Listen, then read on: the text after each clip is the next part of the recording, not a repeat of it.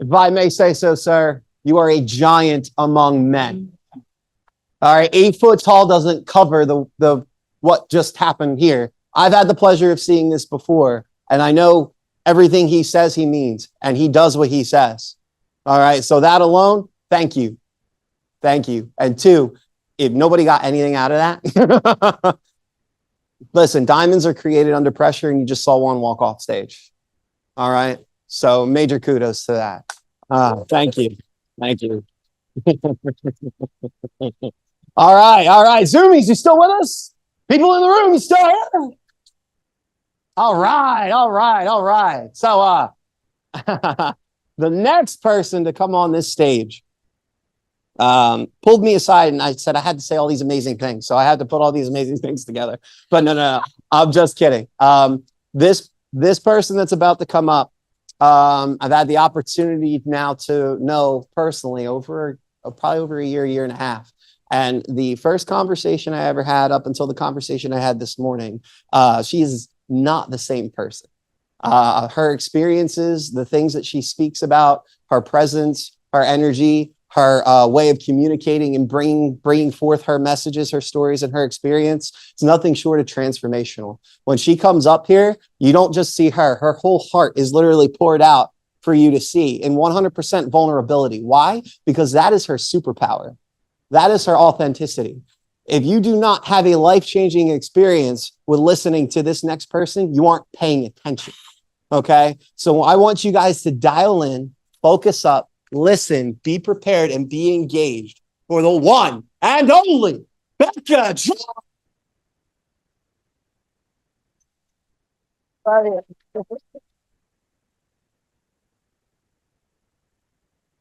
Hello, everyone. I don't usually use this thing, but we're going to do this so I can move around a little bit. First of all, I'm Bekah. If you don't know me, I'm so excited to be here. Thank you, Michael, for allowing me to be here. This is such a privilege. I love being on stage, but not just being up here, but just because I get to meet new people and talk about my story and hopefully inspire. So that is the whole point of that, right? So I don't know if you know the moment in which shame entered your life. I talk about shame. Shame is the thing that I speak the most about. I am a mental health therapist, so I can talk about a lot of different things, but I think that shame is the most important.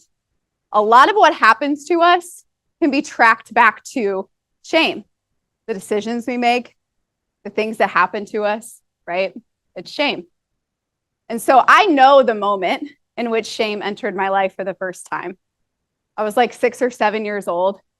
And I was a chunky kid. I was a little chunker. I had a mullet as well, which was not cute. Okay. And I just was an awkward child. I had a neighbor. We're going to call her Jessica. Jessica was popular and cute and little princess and what you think a girl should look like. And I was so jealous of Jessica and I wanted to be friends. So I finally got up the gumption one day to go ask her. I said, can I play with you today on your new swing set? And she said, sure, I guess. I was so excited. I went running to my mom and I said, I'm going to go play with Jessica today. I get over there. Jessica and all her little friends were there. And I was so excited. And they're all laughing in a circle. I'm like, well, let me in. I want to know what this is about.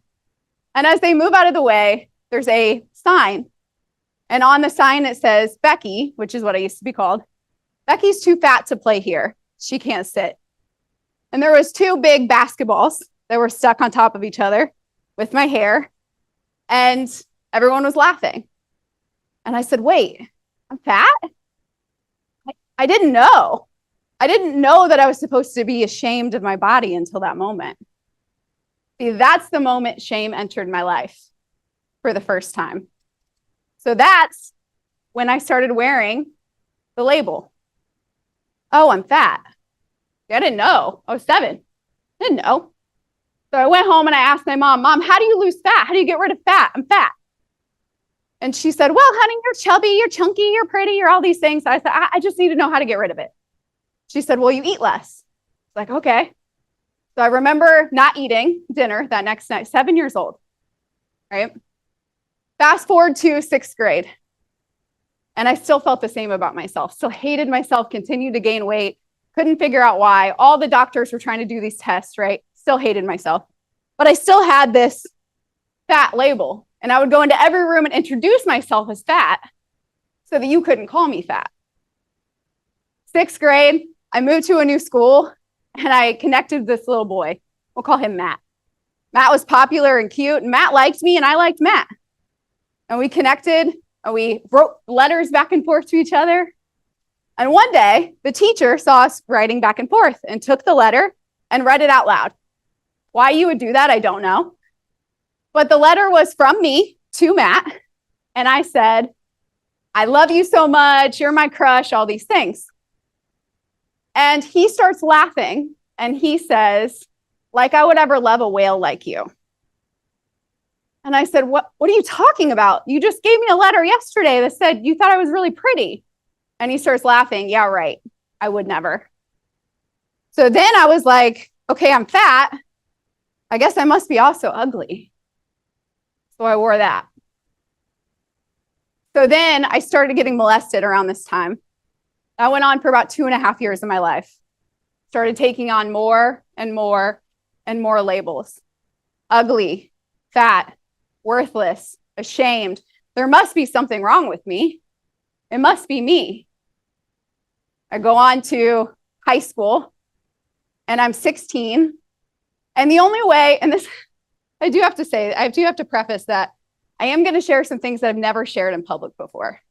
And I'm doing that because there's no hiding and healing. You can't heal if you hide. And I've just started sharing my story over this last year of my life. And so some of these things are hard for me to talk about. In high school, I started hooking up with a boy who was in his 20s. Why? Because it made me feel good, made me feel special, made me feel loved, right? But he was terrible to me. And why would a man at 25 years old want a 16-year-old girl? At the time, I thought it was cool. It's not. And I remember being 17, and he came to me and he said, you've been working for the last few years, right? I said, yeah. He said, can I borrow some money? I had $10,000 saved up from my whole high school, working 2 jobs to pay my own college. I gave that man every penny of my $10,000 as I was about to go off to college because I thought maybe he would love me if I did. See, I don't know about you, but these labels don't just become labels, they also become behavior. I was begging people to love me. See, when I asked for help when I was getting molested as a kid, and it was, if you start talking about it, you're going to get taken away from us. So don't talk about it. So I said, okay, well, this must not be a big deal. This must be what men do, right? Okay, so instead of hating it, maybe I should start embracing it.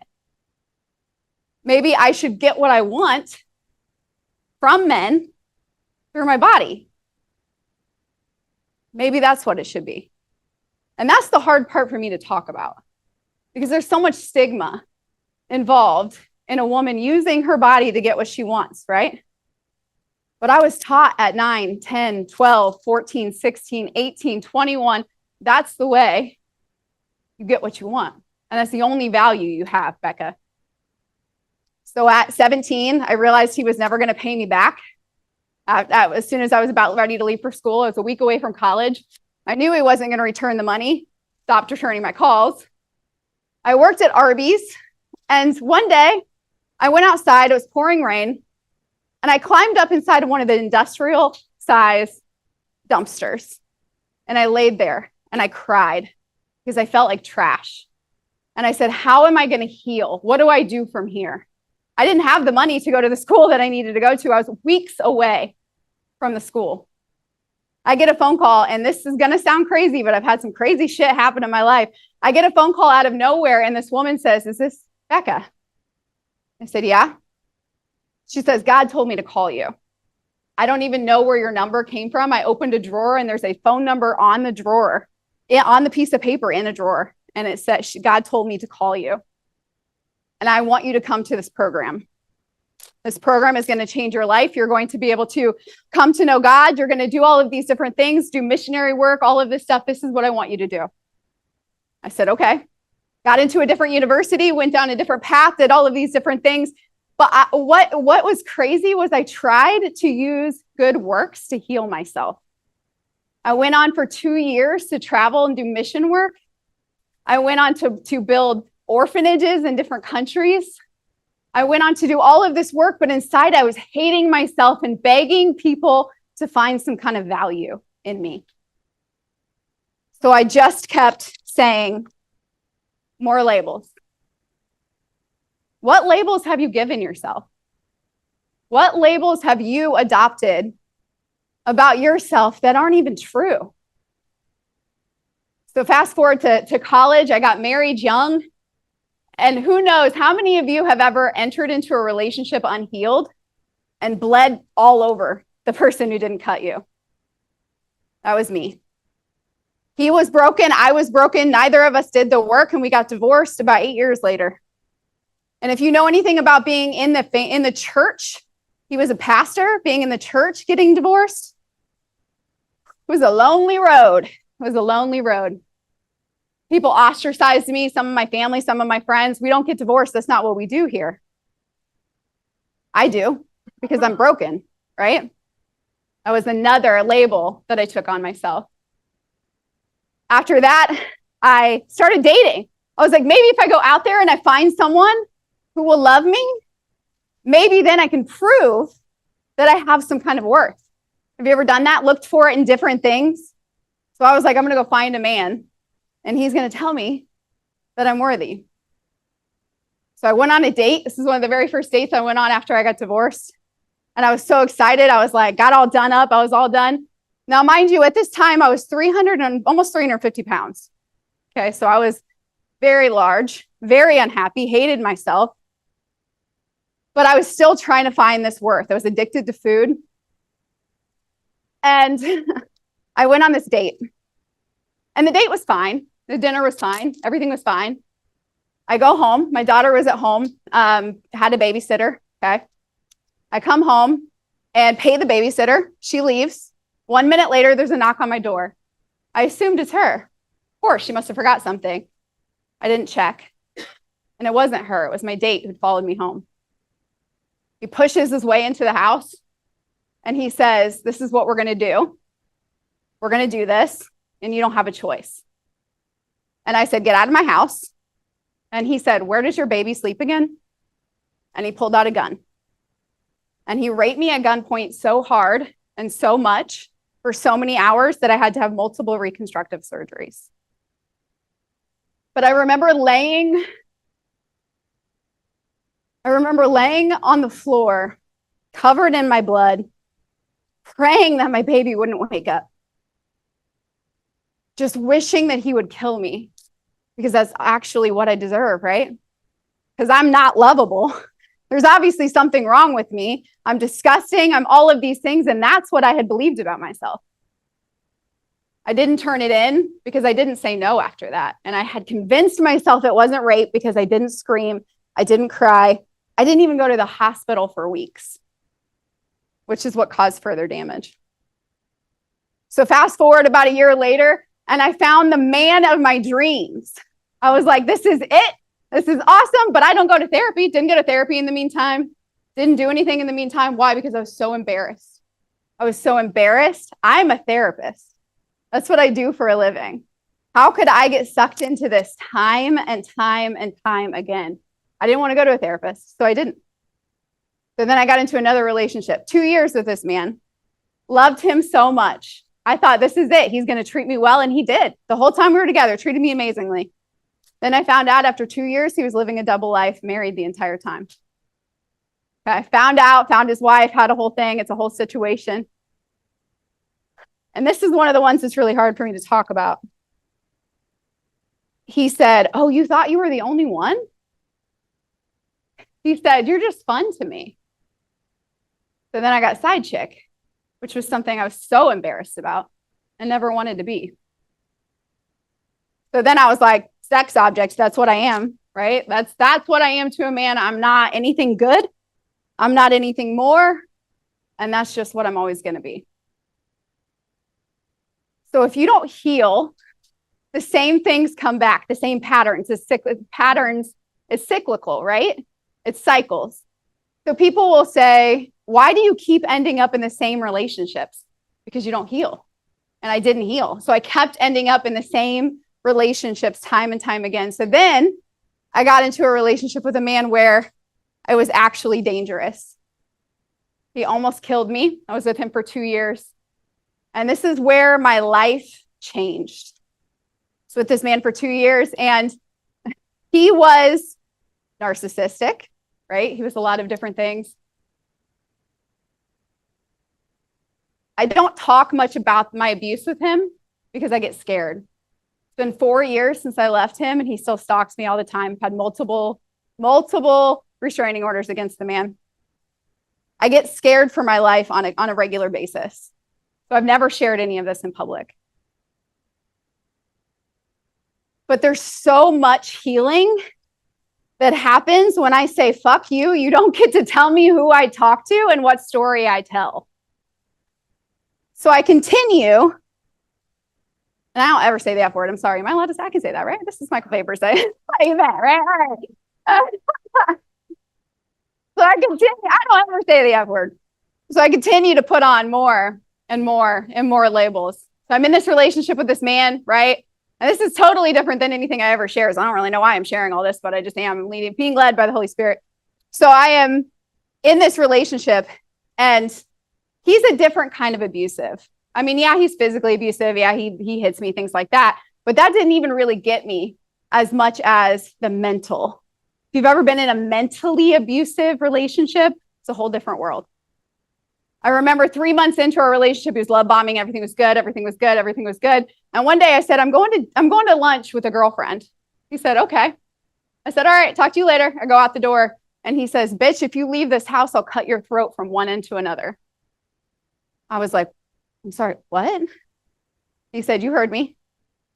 And he proceeds after that to show me how he had taken naked pictures of me that I didn't know he took. And he had decided to blow them up on big pieces of paper and put them all over my job. He threatened to do that. He did end up doing multiple things like that throughout the times we were together. He would put pictures of me on Craigslist and say, call for a good time. I mean, he did some of the nastiest things to me, but you know what? They continued to make me believe this is who I am. And I genuinely cannot believe I'm sharing these things because I've never even said them out loud to a therapist. But I'm so tired of hiding. And one thing that Michael tells me all the time is that I don't have to hide if it's with people who love me, right? And so the guy at the time who I was with, he came to me one day and he said, I want to marry you. I'm going to ask you to marry me.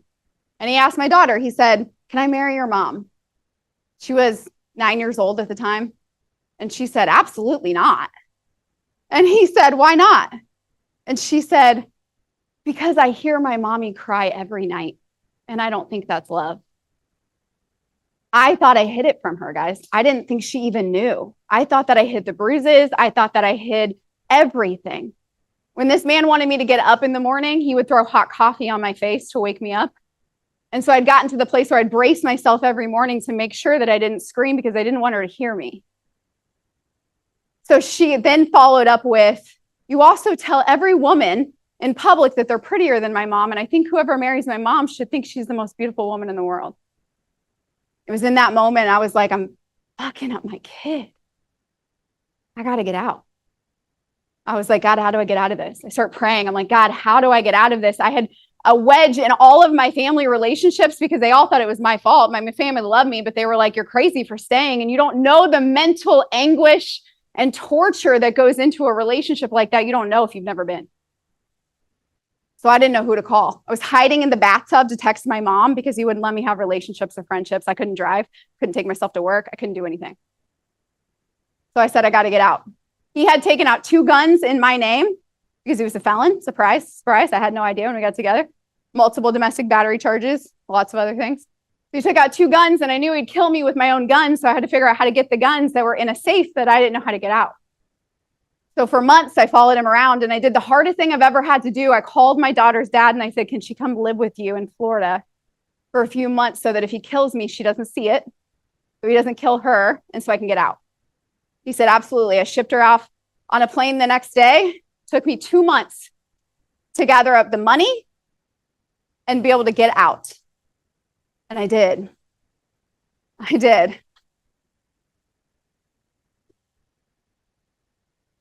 But the thing was, I still had all of these labels. And this is what I thought that I was.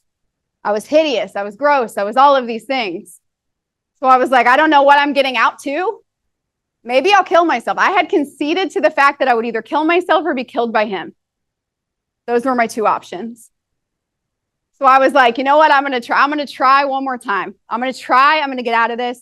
I took what I could fit in my daughter's favorite things in one box of my clothes that I could fit in a box and a suitcase. And I left in the middle of the night while he went to go and get some stuff he shouldn't have been buying. He comes home, he sees me. We do a high-speed chase down the interstate. I knew that if I called the police, he would kill me. So I didn't. Finally got away from him. I drove straight to Florida, 16 hours. Had no idea where to stay. I had $8 in my bank account. This was 4 years ago. In the last 4 years, I have completely changed my life. Not because I felt in that moment that I deserved it, because I didn't. But I had to live for my daughter. And I know a lot of people say you shouldn't live for someone else, but sometimes that's all you can do.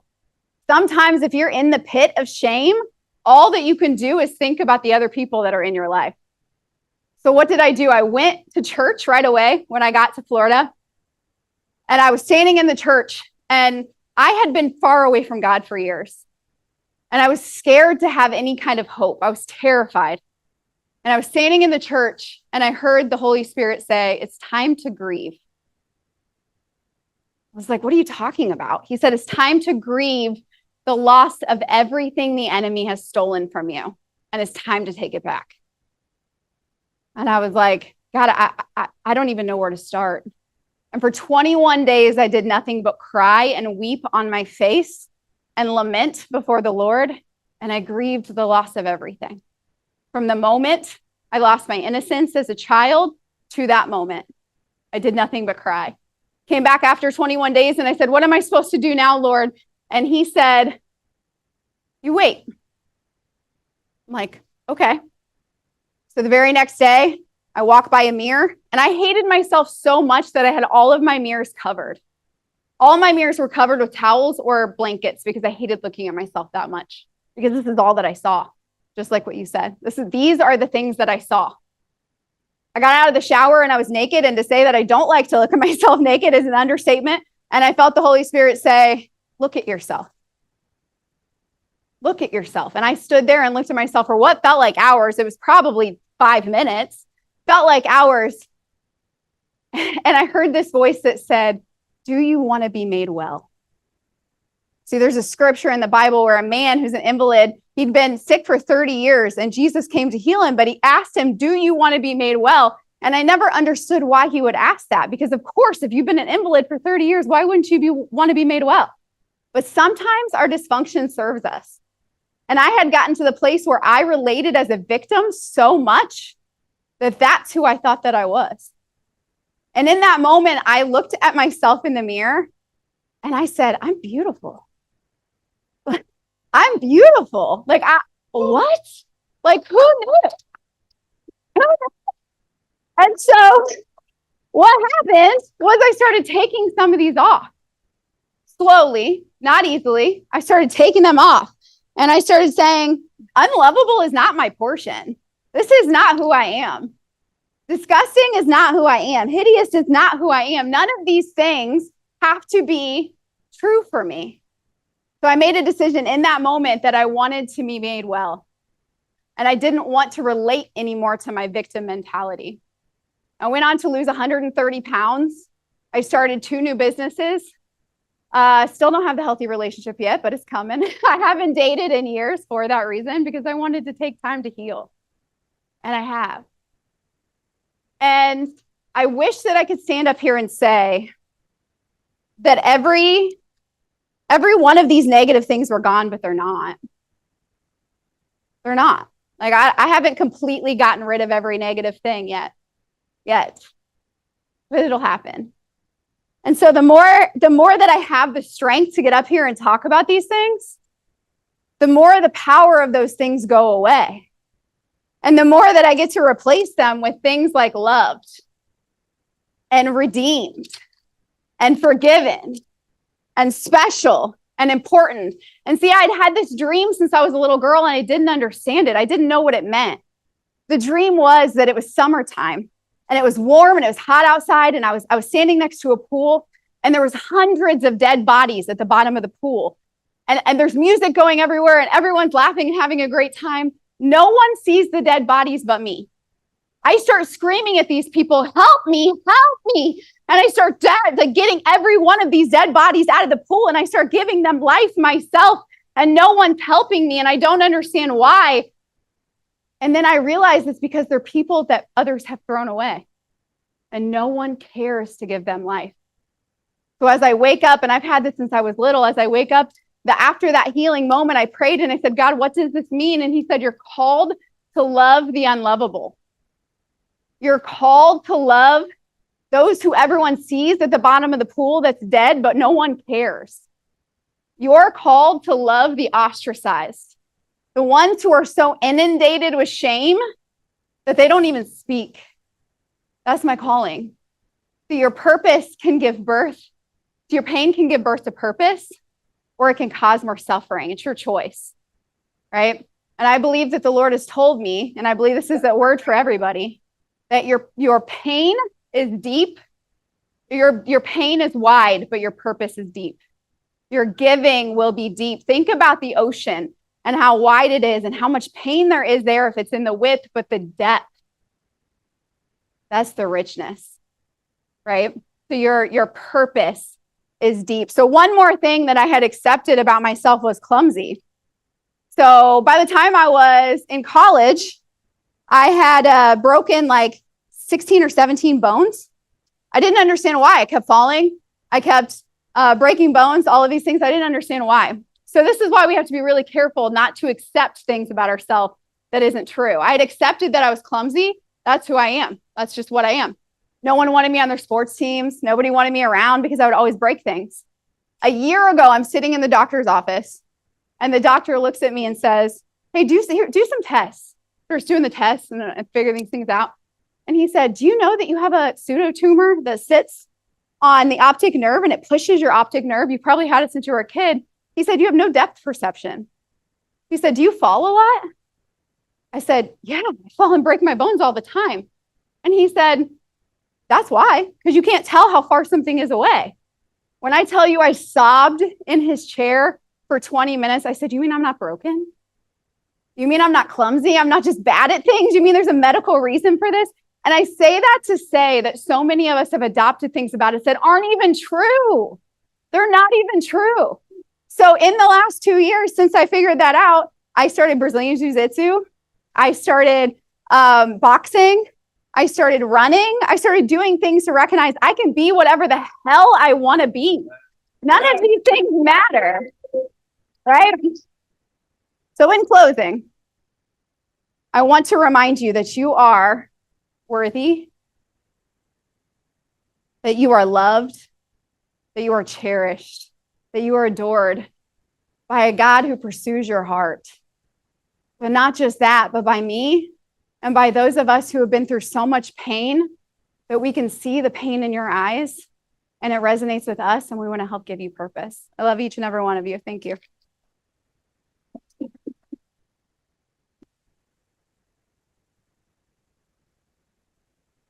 You go.